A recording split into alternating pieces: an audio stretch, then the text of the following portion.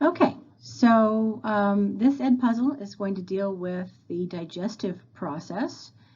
In class, we were talking about nutrition and the fact that nutrition is about absorbing nutrients, obviously, which of course includes all the building blocks that we can't make for ourselves, such as necessary cofactors and coenzymes, which may be, again, minerals and vitamins respectively, as well as enough of the other kinds of building blocks that we can't make for ourselves, the amino acids, for example, that we can't make for ourselves, in addition to getting enough fuel, enough energy through intake of carbohydrates or other kinds of macromolecules.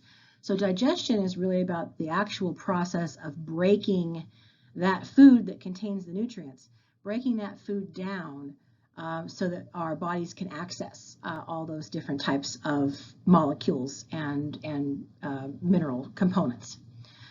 So this is a multi-stage process that starts in our mouth, and then we end up excreting the wastes that we can't digest, in addition to a few other things.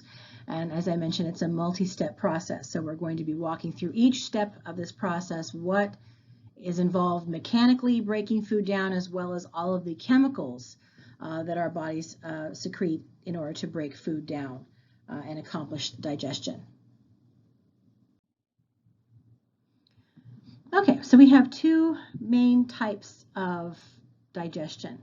We have intracellular and we have extracellular. And so intracellular obviously is happening inside the cell. This is a lot of what we were talking about back in the beginning of the course when we talked about different organelles and their jobs within the cell, so that we know, for example, transporting any molecule that's hydrophilic and larger than about sucrose, we have to wrap it in membrane, right? It's too big to be transported by a carrier protein, and therefore we need to wrap it in membrane in order to, through bulk transport, right? In order to transport it inside the cell. And that's a process that requires some ATP energy in order to accomplish. But presumably whatever you're bringing in, once you break it down, is going to yield a lot more energy. And that, of course, makes it worth that particular process. So intracellular digestion is essentially the enzyme processes that happen within the cell that we've already talked about, right? So either emerging with a lysosome or other types of hydrolytic enzymes. The lysosome, of course, containing hydrolytic enzymes, as well as a low pH, which helps to break down various different kinds of macromolecules into their monomer components, right? So we want to break proteins down to their amino acids and nucleic acids down to their nucleotides and so on. So that's intracellular digestion. Extracellular digestion is what happens throughout most of our what's known as the alimentary canal. This is basically the long tube that is our digestive tract, right? And we can see here on the bird, it starts with the mouth and ends with the anus, and you have various different types of pouches or compartments that exist in between. And each one of those has a slightly different job that's related to the digestive process. So we're essentially breaking our food down in stages. You don't do it all at once, just like everything else in our metabolism. You don't do everything all at once. It's broken down into multiple steps, right? So digestion is as well. And we refer to it as extracellular because, remembering from when we were talking about development, right, that hollow tube that's a fluid-filled tube that's sort of inside our bodies is actually outside of our cells, though, right? So that was fluid that was coming from outside of the embryo and is now sort of inside, meaning that both ends of our alimentary canal are at different times open to the outside atmosphere. They're not truly contained within our bodies 100%, right? We bring in, right, we breathe through our mouth air that goes into our lungs, but also we are drinking and having fluid go down our esophagus, or food that we consume goes down our esophagus, and again eventually ends up coming out the other side.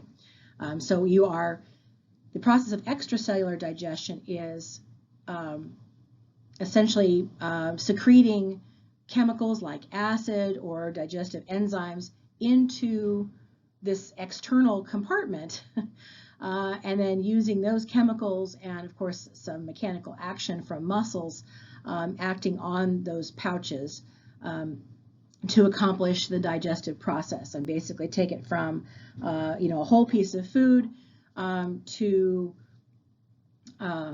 those components that we can then absorb as nutrients. Okay, so let's get this digestion party started. So everything that you eat, right, obviously goes into your mouth first. So we have different compartments in our alimentary canal for specialization in particular jobs as part of this process. So the first thing that happens, right, with any food that you eat is going to be hopefully chewing. Chew your food. Don't try to swallow it whole, right? Which of course there are animals that do pretty much swallow their food whole. That is not us, right? We actually use our teeth to cut our food into smaller pieces. And of course we may have used tools before that, but like forks and knives and whatnot. But anyway, you have a mouthful of food that you are then going to cut into smaller pieces and grind up using your teeth. So this is a process called mastication. And that's the technical term, right, for chewing is mastication. As part of this, right, so we have mechanical digestion. You are physically cutting the food molecules into smaller chunks, right? You start off with a big piece of lettuce, for example, and you end up with kind of this mush. And it's in smaller pieces, right, because your teeth have ground it up into smaller chunks. As part of that, though, right, and of course you know this if you've ever smelled anything that you thought, ooh, that smells really good, right? You might actually start salivating in response, right? So your nose picks up those wonderful smells, and that helps to trigger saliva production. Now saliva, of course, is going to have different components to it. It's going to be some mucus. There's obviously water. But there are also, and buffers in there too. We have different kinds of enzymes. Some are called lysozymes. We actually talked about those a little bit way back at the beginning of the course when we were talking about form and function. I don't expect you guys to remember that. We talked about lysozymes that are present in buffered fluids in our body, such as blood, saliva, tears. Other place where you're going to find lysozymes, right? You don't want bacteria growing in your eye, and so lysozymes are enzymes whose job it is essentially to lyse bacterial cells, cause them to explode, and basically kill them. So these are, again, enzymes that function in a very narrow range of pH conditions, hence the buffers that are included in saliva. As well, again, the mucus. And of course, we have, among some other enzymes, amylase. And I know you folks are very, very familiar with amylase from labs. So I'm going to give you guys a question here. What exactly is the job of amylase?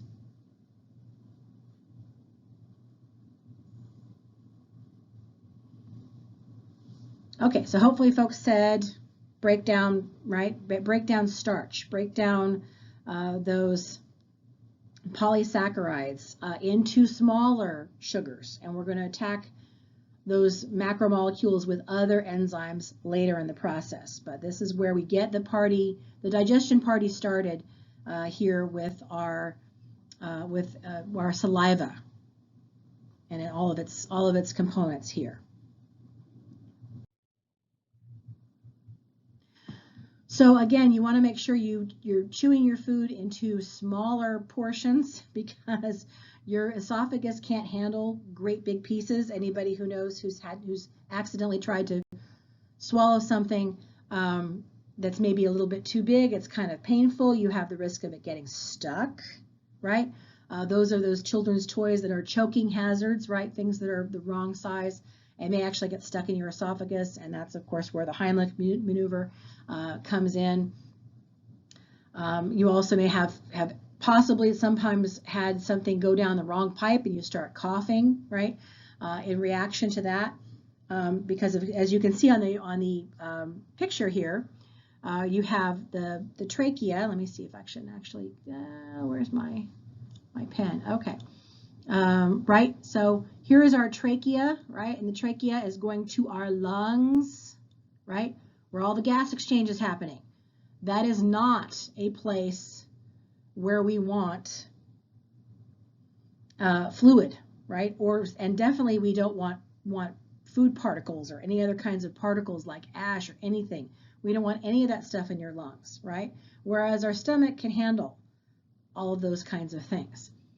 So if you're breathing and not swallowing, your trachea is open, right? And so air can go back and forth between your nose and your trachea, or your mouth and your trachea, if you're not eating and swallowing or chewing something. Whereas when you're getting ready to swallow, right, the epiglottis is this little guy here. So there's the epiglottis, is this guy right here. And it is a flap of tissue that's extremely important, right, to prevent choking and prevent you from swallowing food particles down into your airway, right? So essentially having things get stuck in your lungs. You don't want that. So when you're swallowing, right, you can see here's our food is the green blob.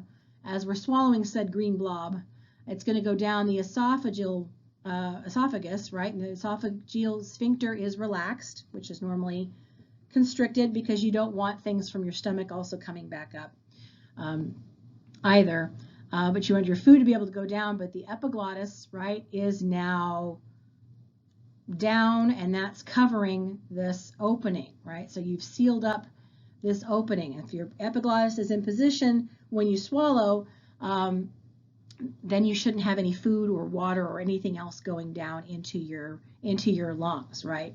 Which we know, again, sometimes that happens accidentally, right? Things don't close exactly when they're supposed to, or whatever circumstances may occur to where you end up essentially breathing food particles, or sometimes I've done this on my spit, just as you're breathing, it goes down the wrong pipe, right?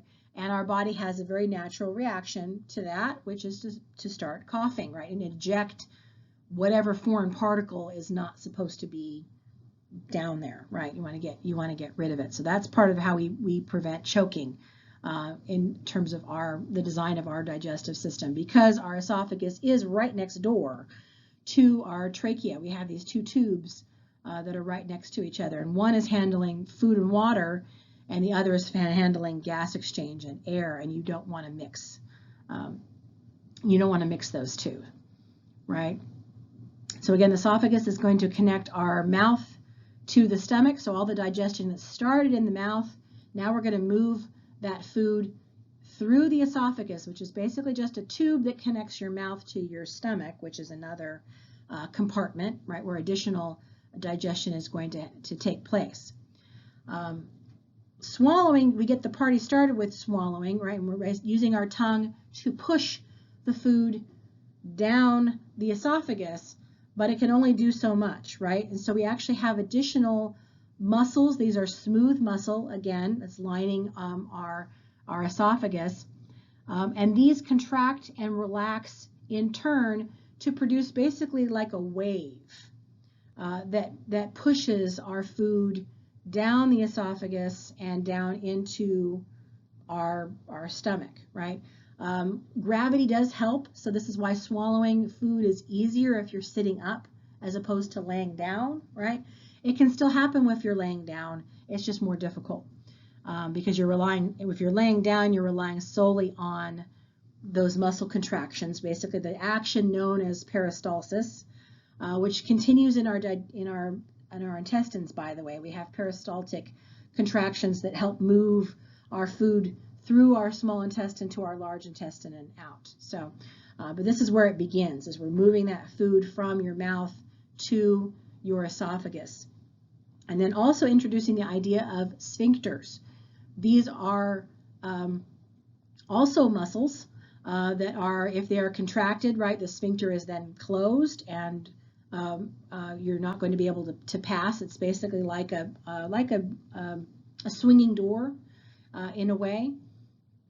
If the muscles are relaxed, then as we can see on the picture here, the esophageal sphincter is relaxed. That means that the esophagus is open and you can move food through. So sphincters are used in our digestive tract. Every boundary between different compartments has a corresponding sphincter or pair of sphincters whose job it is to help control the flow of, really is fluid. It's going to be food, but mixed with a lot of water and other liquids. So you're going to have this liquid that's either very thick or maybe thinner, that's being passed from compartment to compartment, and the flow rate is controlled by sphincters. We have sphincters in other places. When we talk about circulation, we will talk about muscle sphincters that help restrict blood flow to different organs or different capillary beds, again by contracting or relaxing. Okay, so once we've made it past the esophageal sphincter, right, and down, peristalsis is pushing the food down into our stomach. And our stomach is, again, one of these compartments within the alimentary canal, which is basically just a great big tube. So we've got this long tube that's divided basically into sections, and certain sections are bigger than others and slightly different shape than others.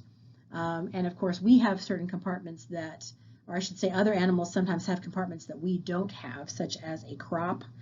So again, in lab, I know you folks are looking at the digestive tract of the fetal pig. And for folks who took 51, you'll notice that there is a lack of a crop in humans and other mammals. We don't have a storage area where we kind of grind things up that is between the mouth and the stomach. It just goes mouth to stomach. So anyway, we're in the stomach. And the first that we have two different types of digestion that are happening here. We are continuing with the mechanical digestion. So we have a churning action that is coordinated by, again, smooth muscle contractions on the walls of our stomach. They're basically squishing and squashing the food and mixing it up with the chemicals that are present in our stomach and are being secreted into our stomach from the cells on the lining of the stomach. We have epithelial cells that are on the lining of the stomach, and they're secreting different kinds of molecules, right? So these things together, so the food plus all of this gastric juice, which is the acid and the enzymes and a little bit more fluid, all those things together and a little bit more mucus. We actually have a good amount of mucus in our stomach, and that's partially to protect the cells on the lining of our stomach from being damaged by the low pH of the stomach contents, right? So that gastric juice, right, is food plus, the gastric juice is basically the acid, mucus and pepsin here, and predominantly is the enzyme that's working in our stomach. That plus the food together, which of course the food is going to be food plus, right, everything you swallow, so the saliva, all that other stuff, mucus and fluid from your mouth, is what goes all together in this great big mix of what we call chyme. So anyway, as I mentioned, you have a lot of mucus production in your stomach to protect the cells in the lining of your stomach that are secreting hydrochloric acid. They're going to secrete the components H+ and Cl-. It's a strong acid. And they secrete the components so that they don't damage themselves, right? You have proton pumps that are moving protons from the inside of the cell to the outside of the cell, which is the lumen of your stomach, basically the fluid-filled area where the digestion is happening. Those cells are also secreting pepsin, which is a protease, right? So remembering back when we were naming enzymes, right? ASE is an enzyme. Protein, right, as basically the word protein is in it, right? It's just missing the last two letters. So it's a protein enzyme. It's a protein. It's an enzyme that basically breaks down protein. That's its job. Now, this is the first of many proteases that we're going to use in the digestive process. I'm just going to name the ones that are the most important and the most common. There are others, but we don't have to worry about their names. So pepsin you do need to know because it's one of the only ones that is at work in the stomach. It's one of the only enzymes that will work at a pH of 2. So the sweet spot for pepsin is a pH of 2, right? When we go from the stomach to the small intestine, we're going to see a very large change in pH. Mostly, well, partially so we don't damage the lining of your small intestine, but also so that the enzymes that are working in your small intestine can work properly, and they do not function at a pH of 2. So pepsin actually works best at this very low pH. And so the pepsin is going to get to work on the protein, and your hydrochloric acid is going to get to work on digesting pretty much everything else, starting to cut all of those other macromolecules into pieces, all the lipids, right? The nucleic acids, the carbohydrates. We started work on those with amylase. We're going to continue working on them with the acid, and of course we're also working on protein with the acid as well. Anybody who enjoys cooking knows that acids like lemon juice are actually really great meat tenderizers if you're doing sort of any kind of marinade. Quite often you use lemon juice, or lime juice is also a nice flavorful option for helping to start that breakdown of the protein. And it basically makes the meat more tender because you've started the breakdown of some of that connective tissue that is also, again, protein heavy. So the ligaments and things like that. As I mentioned, the mucus is there to protect our cells in the lining of your stomach.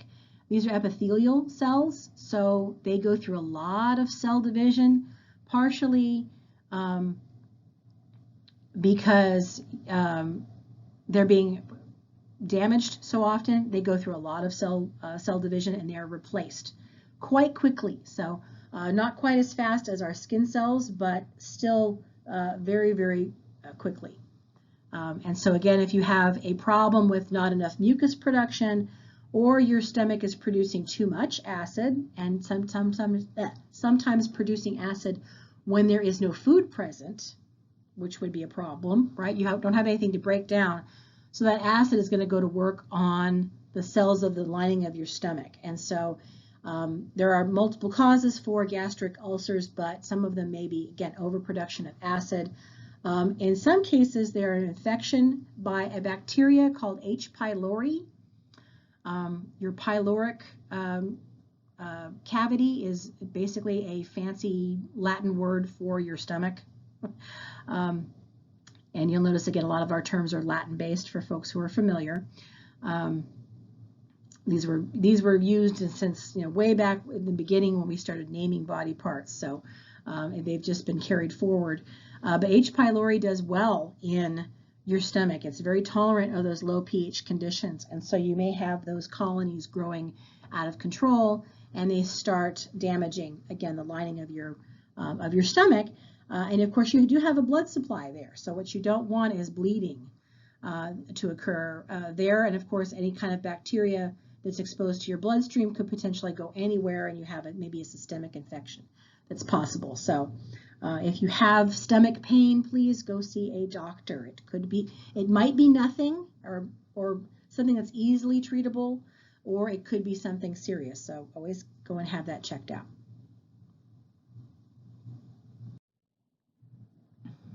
Okay, so I mentioned we've got epithelial cells on the lining of our stomach that are pumping both hydrochloric acid and enzymes into, in particular the enzyme pepsin, into the lumen of your stomach, right? That's the fluid-filled area kind of inside, right?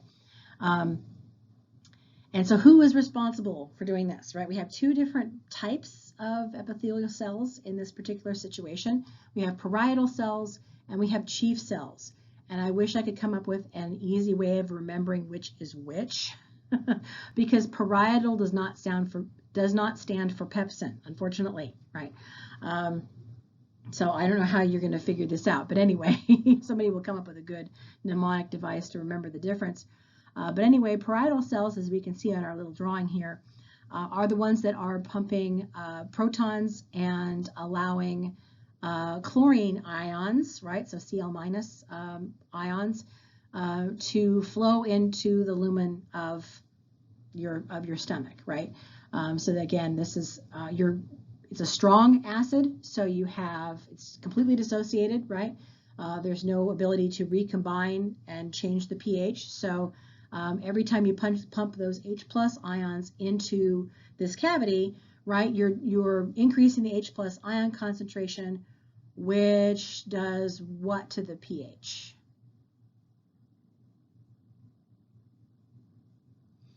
Okay, hopefully folks said if the H+ ion concentration is going up, the pH is going down, right? It's becoming more acidic. And as I mentioned, the parietal cells are basically pumping the ions so against a concentration gradient. So that's going to be something that's active transport, right? You're going to have to pay some ATP to do that. And you can't use a channel. You have to use a carrier protein, right? Channels are good because you can do passive transport this way, right? You can let things flow with their concentration gradient or down their concentration gradient, either way you want to say it, right? From high to low. So there's more chloride ions inside the parietal cell than there are initially, than there are in the lumen of your stomach. And if you open those channels, then chloride ions just flow into your stomach because of that change in concentration gradient. And so they'll just go. You don't have to pay a price for that. But you do have to pump those protons against their concentration gradient because you already have some. Remember, we have buffers in your saliva. So we already have some protons floating around in your stomach from that action in your mouth, right? And then it's the chief cells whose job it is to secrete, basically make and secrete pepsinogen. Now they secrete the inactive form of the enzyme. Haha, all right? So you can make this, if you're a chief cell, you're expressing the gene that codes for pepsinogen, right? And you're making it and you're storing it. And then when food arrives, right, you get signals from other cells, hey, there's food showing up. You need to release the pepsinogen. So the pepsinogen gets released into, again, the lumen of the stomach, which along with the acid and the food, right? And this, of course, works together. All this mixes together to make that chyme, right, that we're talking about. And pepsinogen, again, is the inactive form of pepsin.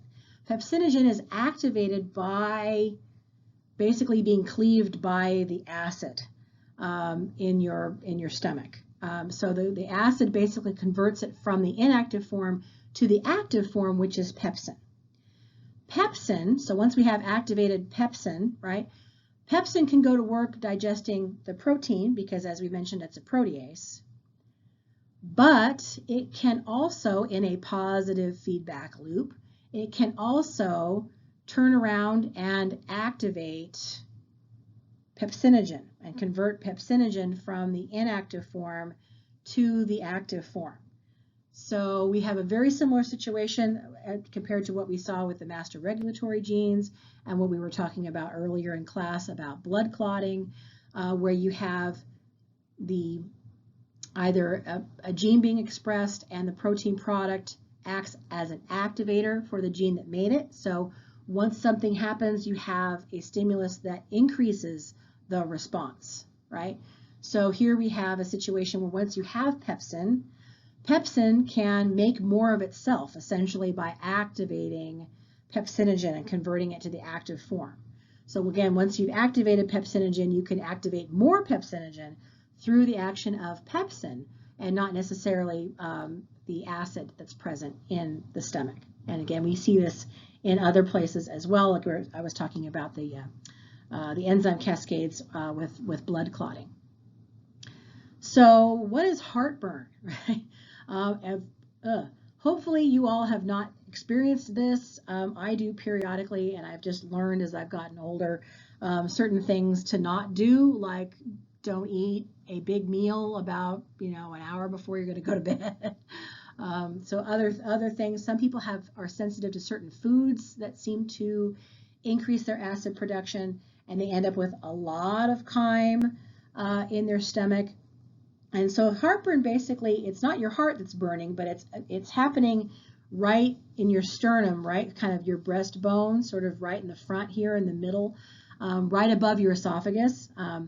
Because what you have had happen is some chyme has essentially leaked back into your esophagus where it shouldn't be. Right? So this is a failure of your esophageal sphincter to keep that tube closed. So you have digestive juices are basically coming back into your esophagus, and of course they shouldn't be there, right?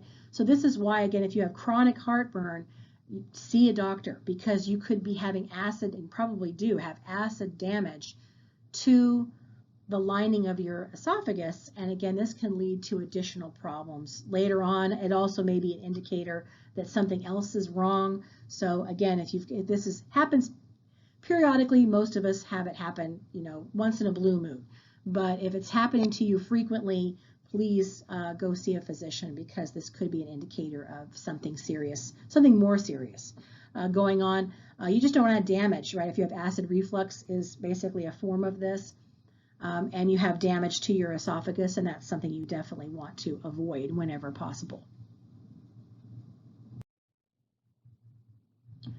Okay, so moving from your stomach, right? So from your stomach, we have a pH of coming into the small intestine. That's our next compartment in our alimentary canal. So we have a sphincter, again, that's on the stomach to intestine end, that's holding that closed, right? And then opens to allow some chyme to move from your stomach to your small intestine. And your small intestine actually has two sections to it, really.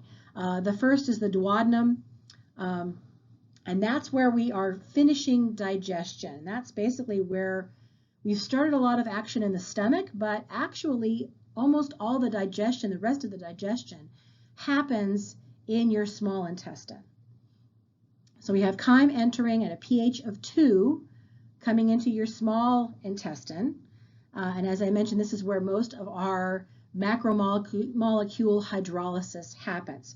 So basically we take that chyme, which is again all of our food plus those digestive juices, the acid and the pepsin, and then we dump in a whole bunch of other stuff into the lumen of your intestine, basically the fluid-filled space, right, of your duodenum. That's about the first 10 inches or so. So it's not even a foot. Your duodenum is actually fairly small. All things considered. So you have the chyme that's being exposed, that's a pH of 2, is being exposed to juices from our pancreas and our liver and our gallbladder, and also from the small intestine itself. And so we're going to be dumping in more enzymes to break down polysaccharides. We're going to be dumping in more proteases, not pepsin. Pepsin works very nicely at a pH of 2. Your small intestine is actually a pH of 8, and so we actually need to change the pH significantly before those digestive enzymes can continue doing their job. Other things that are broken down in your stomach, as we can see in the figure here, well, obviously pepsin is targeting the protein, but we have other polysaccharide aces, basically enzymes that target polysaccharides, including maltose. So we have maltase, right? You have lactase, targets lactose, is the sugar, right? You have sucrase, targets sucrose, which is another sugar. So you do have some carbohydrate digestion happening in your stomach, along with the acid working on other macromolecules, especially lipids, also our nucleic acids. And then you have pepsin, which is a protease that, again, is targeting protein and breaking it down. Again, those work well in a pH of 2 because that's the environment in your stomach, right? Once we move into your duodenum, right, in the small intestine, the first thing that needs to happen is actually changing the pH. Okay, so as I mentioned, the first thing we've got to do is change the pH, right? So the incoming chyme is a pH of 2, and that's where those stomach polysaccharide enzymes work well. That's the pH where pepsin works best. But it's not the pH where our other digestive enzymes are going to work. And we also don't want to damage the lining of our small intestine, the first 10 inches or so, the duodenum, by exposing it to a lot of fluid that has a pH that is that low, right? Because we know that's going to be quite caustic and nasty in terms of causing tissue damage. So the first thing that actually happens is, again, that chyme entering, that's a very low pH. It essentially trips receptors, cells that are at the entrance to your duodenum that are sensitive to pH changes. And once they are exposed to, again, this pH of 2 that's coming in, they secrete hormones, we refer to as local regulators. We'll talk about this more when we talk about the endocrine system. But they send signal molecules to your pancreas. And it's basically, hey, we've got stuff coming in. We need to neutralize this pH, ASAP, stat, get a move on. So the first thing the pancreas does is dump through a duct a large quantity of bicarbonate, right? So bicarbonate, you guys remember, is our conjugate base of carbonic acid, right? So it's going to absorb a lot of those H+ ions, and in doing so, right, it takes the pH from a pH of 2 to approximately a pH of 8. So this neutralizes that acid, and now we have an actually alkaline, slightly alkaline solution, right? Remembering 7 is roughly our neutral point. So if we have a pH of 8, we are slightly alkaline, going from a very acidic environment to a slightly alkaline environment. And now we're in the environment where those digestive enzymes that are being secreted by the pancreas predominantly, but also by the cells in the lining of your intestine, there's an environment where they will work properly, right? So for example, again, after neutralizing the acid, our good friend the pancreas, which plays a really big role in blood sugar regulation, right, as we're going to revisit when we get to the endocrine system, and we were talking last week when we talked about homeostasis.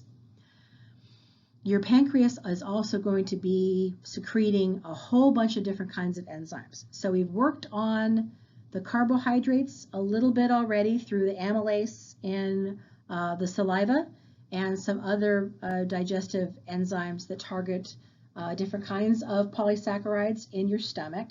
We're going to continue that process and with pancreatic amylases and other polysaccharide aces that are coming from your pancreas, right? And those all operate, again, at a pH of 8. We're going to continue the protein digestion, right? Pepsin no longer functions. We are in a pH of 8 environment, and that is not where pepsin is going to function. So if we want to continue to break down our protein, we need more enzymes. We need players that will work at a pH of 8. So that's where trypsin and chymotrypsin come in. And again, they're going to be targeting our polypeptides, breaking them down into their component amino acid pieces. We also have the nucleases, right, which we know are going to target our nucleic acids like DNA and RNA, breaking them down to their nucleotide components. And finally, the pancreas is going to dump in some lipases. These are, again, enzymes that target lipids. In particular, they're targeting the triglycerides, right, which, remember, those are made up of glycerol and those fatty acid molecules. So they're going to be breaking those down into those component pieces.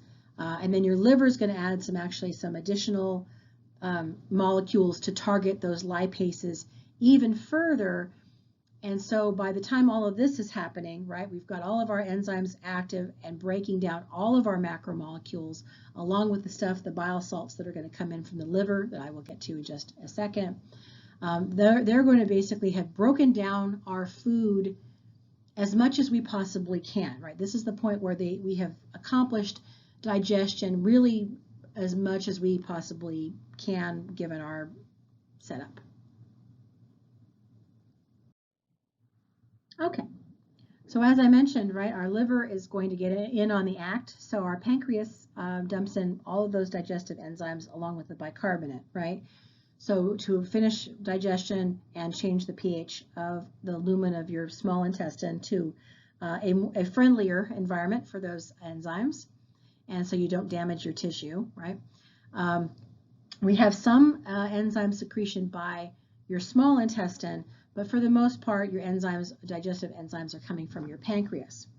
Your liver is also going to be producing mostly, it's a fluid that is predominantly salts, so it is also an alkaline solution, but mostly these are salts that act as emulsifiers. And basically those are molecules that are targeting lipids, essentially breaking them down into small enough pieces where they can sort of be suspended in an overall hydrophilic solution, right? Because remember, our lipids are hydrophobic in their behavior, so they don't want to be with anything, you know, water-based, right? They want to be with themselves and other non-polar molecules. They don't want to be with polar molecules. So an emulsifier quite often basically links a hydrophobic environment with a hydrophilic environment, and in doing so you get these basically little drops or globules of lipids, and they are really small, to the point that they can be absorbed by the lining of our intestine, the epithelial lining of our intestine, or actually transported through our bloodstream if necessary to go everywhere in our body that needs energy or needs those lipid components for other things. So that's the main job of those bile salts that are coming from the liver. Bile salts also act as a laxative. So, and folks, anyone who's taken a laxative knows exactly what I'm talking about. These are basically chemicals that speed up the movement of your intestines, right? So we associate them with, you take a laxative to combat constipation, for example, where your intestine and your feces in your intestine is not moving through the way that it should, right? You may take a laxative to work on that. So we have a natural laxative in these bile salts, so that if you're not eating very much, or maybe you're on one of those cleanse things and you're really not eating, and there's really not a whole lot in your intestines, your body still pumps out about 2 liters of bile salts a day, whether you're eating or not. So you have a lot of those salts in there, and you may be experiencing some diarrhea related to the emptiness of your intestine. So that's one of the things that they ask you to watch if you're doing any of those kinds of cleanses, is make sure you're getting enough water, because you're going to be losing water through your feces, because it's moving through faster than it usually would be, in response to in some ways in response to those laxative effects of the bile. Bile also contains basically the components of red blood cells that our liver can't process or is having trouble recycling. So when red blood cells are basically dying, our body sends them to the liver for processing. We want to recycle, and our bodies are really good at this, recycling anything we possibly can and reusing it. So for example, the heme molecules in hemoglobin. These are pigments. Pigments are proteins in general, but they also often have inorganic components. So the heme molecules, for example, have iron that fits right nicely in their structure. And iron, of course, reacts with oxygen and to produce that bright red color of hemoglobin. But the pigments, as they break down, can reflect other types of colors, including yellow. And so these are, again, molecules that our bodies are going to want to recycle as best we can, and our liver is good at doing that. If your liver is not functioning properly, or if you have a vitamin deficiency, such as vitamin D is also important in recycling these pigments in your liver. If you are experiencing a deficiency or malnutrition with regard to a particular component, or that your liver is not working properly, you might actually, your skin might start absorbing and storing some of those recycled pigments from the red blood cells because your liver's not processing them. And your cells can't really process them, they just sort of store them, and they build up. And that gives your skin a yellow and sometimes actually an orangish tone to it. And so that's an indicator that there's something wrong. Either you have a deficiency or you have liver issues. Either which of those need to be, either one needs to be addressed somehow. And again, these can be just, hey, this is just the product of life. So for example, my brother was born in January. And a lot of women who have babies in the winter have this issue. They're not, even if you're taking a supplement, you may not be absorbing as much of the vitamin D as you actually need. And if it's cloudy a lot and there's not a lot of sun out, or you're inside all the time because it's cold, you may not be making as much vitamin D yourself either, right? Because we can synthesize some ourselves. It's usually just not enough. So we have to get more from our diet. And so the babies, of course, are completely dependent on mom to provide all of those essential nutrients. And so babies in the winter sometimes are born with a little bit of jaundice, not because their liver is malfunctioning, but because they don't have enough of the vitamin D to help their liver function the way that it should. Interestingly, the solution is usually, put them in the window, like they're a plant. So when my brother was born with a little bit of jaundice, when he wasn't being held or nursed and he was just sleeping, they would, in his little bassinet, right, they would put it right next to the window so that the sun would fall on his skin and stimulate that vitamin D production. And it basically just helped his body to be able to do its job properly. And in a couple of days, the jaundice was gone and he's good to go home. So it can be something that's just relatively easy to fix, but it also could be an indicator that there's a problem with your liver. Okay, so basically once all of our digestive enzymes have done their thing in our duodenum, again, this is just the first 10 inches or so of your small intestine, digestion is completed as much as we possibly can. And now we're going to move into the next section of your small intestine, which is where nutrient absorption is happening. So this is basically absorbing all of the monomers, right, either through a carrier protein or more often by bulk transport, right? So endocytosis, we're going to wrap them in membrane and bring them in because they are too big or they're, right, polar or charged, and we want to bring them in across the membrane. And we may continue with some intracellular digestion or move some of those molecules onto our circulatory system, to our blood supply, so that the rest of our body can get those nutrients. Okay, so now we're into the second and third sections of our small intestine, right? So we've completed digestion in the duodenum, and that all those that digested food, it's now basically a soup of nutrients, is moving into the jejunum and the ileum, where it's going to be hopefully as absorbed as much as possible. And to accomplish this, right, we have a lot of transport proteins on the surfaces of these epithelial cells in the lining that are going to be activated by the presence of glucose and other smaller molecules that we can transport via carrier proteins, right? They may have channels that are responsive to different kinds of ions. Again, we have all of those things in here too. So that may be moving those in as we need to absorb our electrolytes, for example, all of our sodium, calcium, all those kinds of things. We can move those in. And then, of course, we can accomplish by wrapping a membrane and moving in anything that's larger by bulk transport. So to speed up this process, right, we have our small intestines are not terribly large in the sense of length, but their surface area is enormous, right? And that's mostly because of all of these little folds between basically our microvilli, right? And so we've zoomed in on one here in the middle of the picture here, so you can sort of see what this looks like. You have a great big blood supply to all of these cells. So your villi are these little projections, and then you have The microvilli are basically folds in the cell surface. And those folds are creating this tremendous amount of surface area. And so basically more surface area, right, means more contact with all the fluid in your small intestine here, all of those nutrients that are needing to be absorbed as best we can.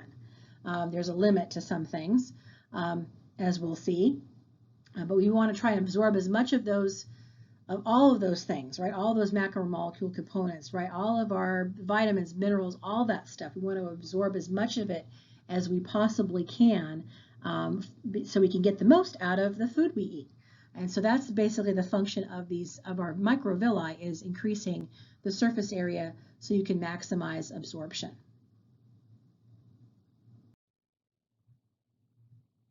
So absorption, as I've mentioned, can be passive, right? You can be using channels or carriers that are moving molecules from high concentration to low concentration, right? So for example, certain carrier proteins work with sucrose or glucose. And as long as you have more, and they are activated by binding with glucose, and so that causes their shape to change such that they move glucose across the membrane, right, and into the inside of the cell. That works great as long as there's more glucose outside the cell than inside the cell. But what we actually are going to want is to absorb as much from the food that we've digested as we can, and that often means moving molecules against their concentration gradient. And that's going to require some active transport, again, possibly a carrier protein, if we are, again, moving something against a concentration gradient, or the use of endocytosis, right, bulk transport, rapid membrane, if we're trying to move anything that's larger than we can handle with a carrier protein. And it's not nonpolar. Nonpolar molecules, for the most part, that especially ones that are being absorbed and have been digested and they're small, if they're nonpolar, they can just move across the membrane with no problem. So those epithelial cells in the lining, our microvilli, the lining of our small intestine, are going to be absorbing all of these nutrients either through active or passive transport. The cells themselves are going to get pretty full pretty quickly, right, of all of these nutrients, and we don't want the stomach lining to be the only ones having this nutrient party, right? You've got to share it with the rest of the body. So you noticed in the previous slide, right, all the pictures of the blood supply to our villi, right? It's fairly large blood supply. And these are capillaries, so these are really thin, small blood vessels that we're going to talk about more in the next EdPuzzle on circulation, what exactly a capillary is. But basically you have something thin and small. It's got a very high surface area. And so that is interfacing directly with these epithelial cells. And so the cells, as they get full of these different nutrients and molecules, they move them from inside themselves to our blood supply. The first stop for basically the blood that's coming from our digestive system, coming from our small intestine, is our liver. Because a large function of our liver is to remove anything that's sort of toxic or dangerous before it reaches other organs. And again, it's going to do the best job that it can. There are some molecules that we ingest or that are present that our liver won't recognize necessarily as dangerous, because we do need to have some of it. So for example, arsenic or some other selenium, some other things that we need in trace amounts, but we don't want a whole bunch of. It's not going to flag those, right? Because we do need them in small amounts. And the liver doesn't necessarily know if we've got too much, right?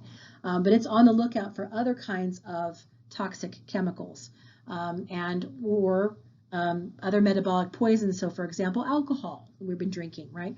Our blood is going to have alcohol in it. And the first stop is our liver to try and filter out some of those things before they go everywhere. Again, it does a pretty good job, but you're still going to have things that make it through to the rest of the body. Our liver also is responsible for some additional processing of substances and maybe pre-processing some nutrients or converting it from, say, insoluble form to a soluble form, or converting it from an inorganic form to an organic form, which will allow it to be used in other parts of the body. So our liver actually has several really important jobs, and I know you guys will get into that more when you take physiology. Okay, so moving from our small intestine, right? So at this point, we've accomplished all the digestion that we possibly can and all the nutrient absorption that we possibly can. So what enters our large intestine? It's now too late to absorb most of those nutrients, right? So you've accomplished that, and if it hasn't been accomplished by now, it's not going to happen, right? So what comes into our large intestine is mainly going to be water recovery. This does begin in the end of our small intestine, right? Before we reach the large intestine, right? We start recovering water through aquaporins, for example. We recover ions through different ion channels or ion pumps, right? Where we're moving things against a concentration gradient. So this is an effort to recover as many of our electrolytes as we possibly can, and of course as much water as we possibly can. Again, mostly going to be by osmosis, with the help possibly of some of those aquaporins on the lining of both our small intestine and also our large intestine, because again, part of this process has been dumping a lot of water into our lumen, and of course, water has been released as a product in a lot of cases of breaking down, right, hydrolyzing bonds, right. When we're breaking something down, we often are also releasing some water that's stored in there. So basically, you know, you end up using about 2 liters of water a day in this digestive process, plus about 7 liters of digestive juices. So we recover from that. We reabsorb all but about 1/10 of a liter in our small intestine and our large intestine. Again, this process starts in the small intestine, but it really is completed and accomplished in our large intestine, is sort of where that's predominantly happening. A couple of things I just want to point out anatomically. In our large intestine, you'll notice that there's a section here that says cecum. Let me just, right. And how this is a human intestine. So the cecum is another compartment to our large intestine. It is very small in humans because we really don't use it anymore. And you'll notice that attached to the cecum is our appendix, right? So this little guy, it's kind of a little finger-like projection now. We think in the past it was a much larger. The appendix used to be used for grinding up undigested things that we really just couldn't process, like the hulls of nuts and things like that. And we don't need to do that anymore because we use tools. We're not eating walnuts whole, right, for example, and trying to chew that. So your appendix was doing that in the past. Again, now it just seems to mostly just cause trouble. And it has gotten smaller over time because we just don't use it anymore. Likewise, again, our cecum is very small. We don't ferment plant material the way that a lot of herbivores do. So we have pre-cecum fermenters and we have post-cecum fermenters. And the pre are things like ruminants, like cows that have multiple stomachs and chambers where all this fermentation is going on, where you have a lot of microbes that are working on hydrolyzing those beta linkages, right? For example, in the cellulose, so that the cow or whatever can absorb that glucose and use it as energy, right? The same thing is happening in your cecum, not our cecum, but the cecum of herbivores who are fermenting plant material. So this can be things like horses and rabbits and things like that. Will be, again, fermenting that, that plant material using those microbes and then absorbing what they can of that, as much as they can of that, and then moving on. Everything that they can't digest gets moved out, right? So these are fermentation compartments that we don't use anymore, which hence why ours is so small. Okay, so as I mentioned, most of our water recovery is happening in our large intestine, aka the colon. It can take a good amount of time for feces to move through your colon. Again, most of the water reabsorption is being accomplished here. Things that will help move things along, of course, are being well hydrated. If your body doesn't need to absorb additional water to manage your water salt balance in your blood, for example, in your tissues, if you're well hydrated, then again, feces is just going to move right on through, hopefully, right? Insoluble fiber helps to move things along and helps prevent the feces from getting overly compacted, which can lead to constipation.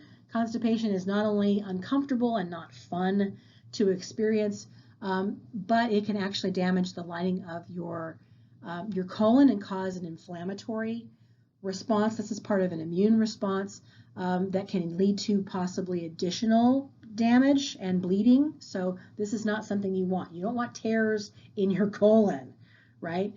Because your feces is full of basically dead and dying bacteria from your small intestine.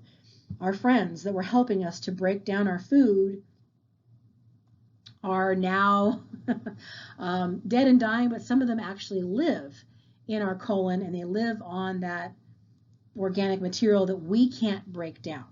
And so these are, again, the microorganisms that help herbivores break down the cellulose so that they can eat it. And this is, again, why you might see, for example, rabbits eat their poop. But their poop, when you see it at the first pass, it's basically grass. It's still green. It's still, you know, it's been broken down to an extent, and they actually need to reprocess it again in order to get all the nutrients out of it. There was something else I wanted to mention. Oh, so yeah, the water absorption. If you have really good hydration, that's also going to help prevent constipation from happening. Diarrhea may happen when you don't have enough water reabsorbed. That may also occur as an inflammatory response, a response to parasites or other things that are causing your feces to be more liquid and moving through faster than it should. Again, maybe a parasite infection of some sort, and your body's responding to that. So that's why, again, if you have diarrhea, especially, well, drinking water, but drinking water that has electrolytes in it, right? So they might say, oh, just don't drink just plain water, drink Gatorade or something like that, because you need to replace the electrolytes that you're losing in your diarrhea, right? Because it's moving through so quickly that your small intestine doesn't have a chance to reabsorb the ions, and your large intestine isn't reabsorbing the water like it should. And so you're going to be losing things through your feces. But in general, feces is stuff that we can't break down. So again, that insoluble fiber, which we refer to as roughage, right? Those are those beta linkages with our cellulose molecules, for example. Things we can't break down, dead and dying, you know, bacteria, and also any toxins or things that we actually want to get rid of. Our bodies, particularly our